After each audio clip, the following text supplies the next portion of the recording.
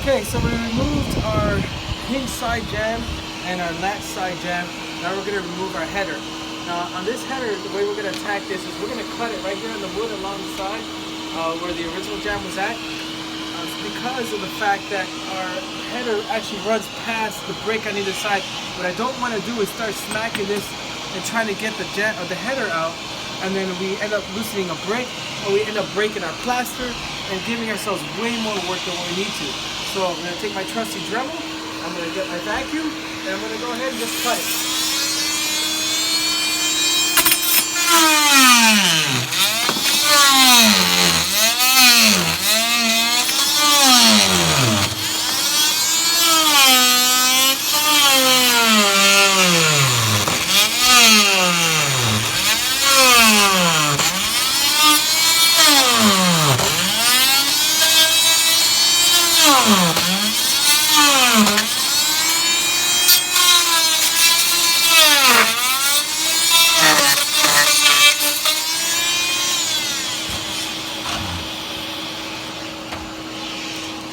Alright, sometimes just taking a few extra seconds to give yourselves an ease of a removal is worth a pound of gold. There we go. So we got our head piece out of the jam. We didn't damage any of our plaster. We didn't damage any of our brick. And we can continue with the installation.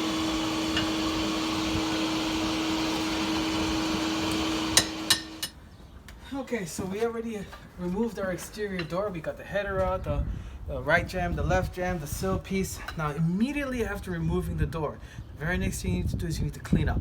Clean up your entire workspace. Because the longer you leave these rocks and debris on the floor, the more likelihood you are to scratch your customer's floor. So clean up. After you clean up, then grab your drop cloth and then put your drop cloth back down. Now, the very next thing you want to do, right after you extract the door, is you want to triple check your measurements. Because sometimes, like in this particular case, our door from from Feather River is 81 3/4 of an inch tall. And close. Put low power mode. Okay. 81 3/4 of an inch tall. Now we have 82 inches from the sill to the header. 82 exactly. But if you look over here where the original jam was at, we are at 81, just shy of 81 3/4. So if we were to grab that door, bring it up here, we would immediately hit our plaster or our sleepers here, and then we would crack our plaster, and it'd be a bad day for everybody. So first thing always, before you go grab your door, triple check your measurements. Go to the sill, check to the top, make sure that your door is actually going to clear the opening, because you might have to cut the top so that you could get that door to go. And yeah, so we're gonna go ahead and remove this plaster and that little piece of wood all the way across, because that 1/4 of an inch is the difference between fitting and not fitting. Okay, then before you get to that point, you're gonna run your vacuum across the bottom, make sure that your sill is clean, make sure that your sides are clean and there's no loose debris or dust, because you're gonna have to caulk it and you're gonna have to seal it, and that won't stick to the dust or any loose debris that's stuck on the walls. Finally, before you install your door, all along the sides on the left and the right, where the old caulking is at, you got two ways of doing this. You can use a pry bar and go ahead and just chip it off, which works pretty well. Or you can use an old chisel, an old dull chisel. Those work great too. You go ahead and put your chisel along the edge, and it'll go ahead and chip off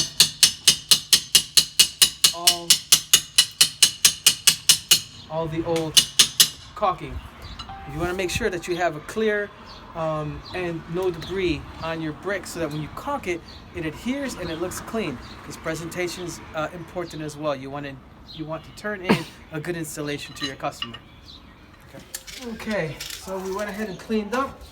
We're almost prepped here. And remember how we said we were going to go ahead and cut the top of our opening so that we can get our exterior door to fit. So I'm going to go ahead and put the tape measure down right on top of the sill. And I'm going to measure at 82. I'm going to give myself about a 1/4 inch to play with for shimming, for filling, for insulation. So I'm going to mark it on 82 on one side. And I'm going to mark it on 82 on the other. Now what I'm going to do is I'm going to use my finger as a guide. I'm going to put it right there in the plaster. I'm going to put the pencil up on that mark. And I'm just going to run my finger all the way across. Then this is going to be where I'm going to make my cut. There you go.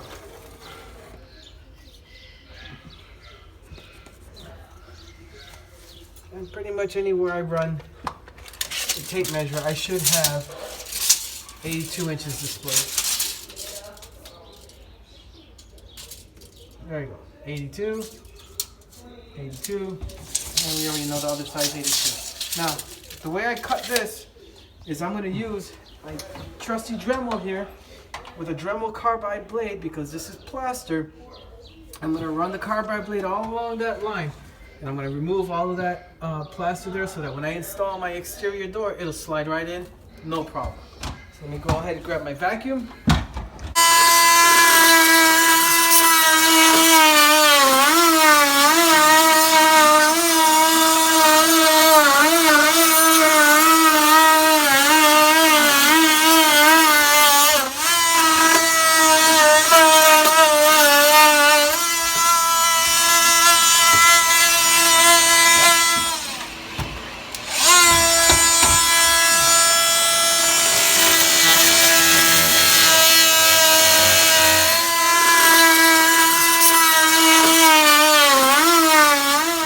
So our opening is prepared. We're ready to install this door. Before we install it, we also see on the bottom right hand corner, you see the little wires hanging out there? That's for the alarm. So what we want to do is, before we throw this door in, we want to go ahead and drill the hole where the old alarm, where is it? Is it in my pocket? Where the old alarm was from the old door, and we're going to transfer it over to the new door. Customers doesn't want to buy a new switch, so we're going to reinstall the old switch right in the jamb. So the jamb, or the alarm, should go installed always on the hinge side. So that's what we're going to do right now. We're going to go ahead and open our door.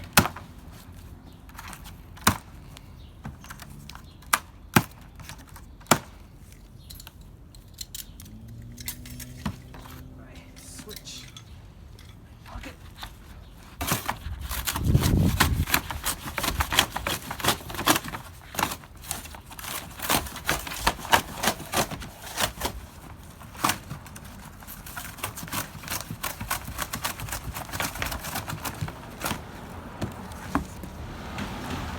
Okay.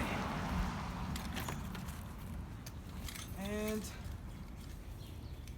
let's get our pencil ready.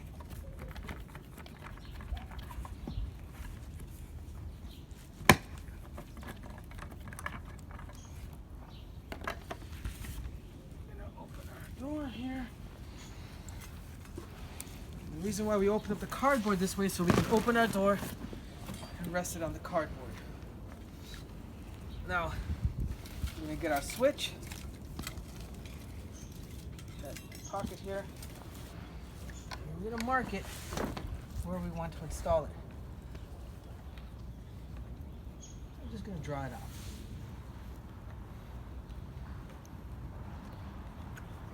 Okay, right here, right in that little circle there, so we're going to install our switch for our alarm. So I'm going to put my alarm my switch right there in the box so I don't lose it. Grab my drill.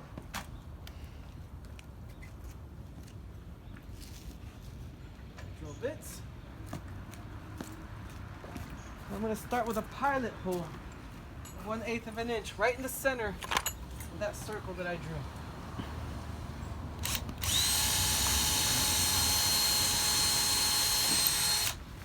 And the reason why I drill it from the inside is because if we drill it from the back coming in, you risk blowing out the wood over here, and then now you have to trim it or make it look pretty or putty it or whatever you gotta do to fix it.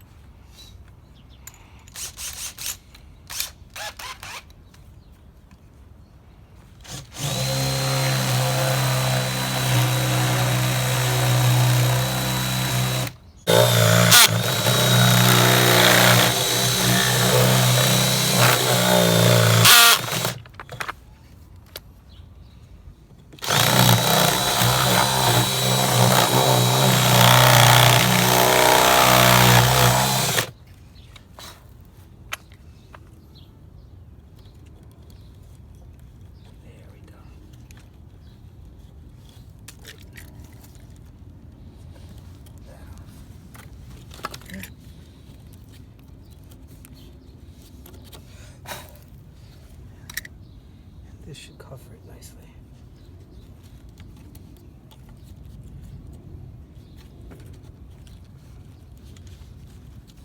There you go. Put our screw in there. We're good to go. So that fits. What we're gonna do, since we know that this fits, we're gonna put this on the side. We're gonna pull the wire through when we put the door up in the hole. All right, so we're getting ready to install the door. We already cut the hole for our alarm switch. Before we bring the door up and present it, we have to remove the brick molding that is existing with the new door. We got to remove this brick molding because that stone opening is at 37.5, and our brick mold here comes out to 38 inches. So we're going to remove the brick molding, we're going to install the door, rip the brick molding, and then install the brick molding on top of the door. So let's go ahead and take this brick molding off.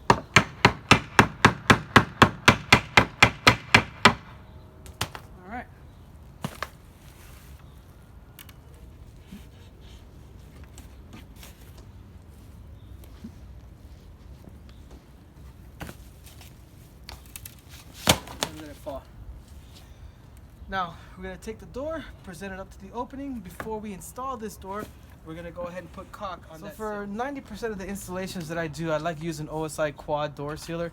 It's actually it doesn't dry hard, it stays flexible, and it makes a really good watertight seal immediately after applying it.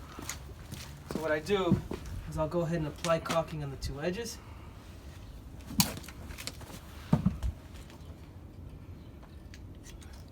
And then I'll do like an S pattern on the sill.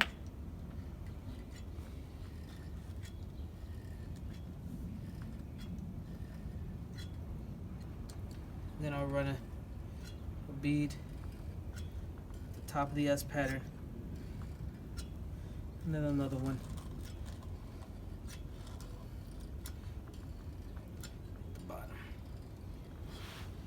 That should give us a nice watertight seal across the bottom. Now we're going to grab the door, we're going to carry it and drop it right on top of that sill.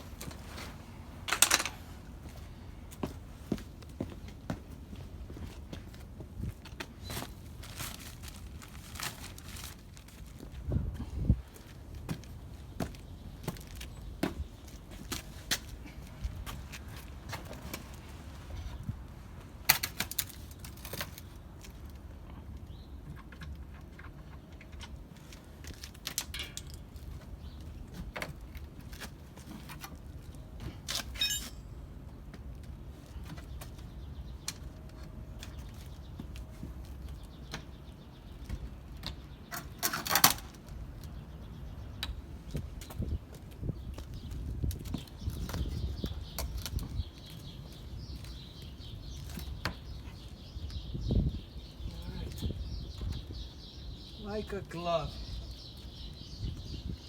Okay. Let's get a pry bar. Get this guy out of here.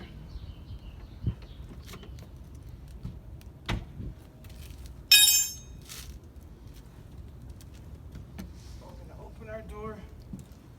We have the door leaning in the opening. Now what we're gonna do, this shouldn't go anywhere. I'm just gonna let it rest there. I'm gonna get my nail gun and I'll show you how I set this door so I can go ahead and shim it in place.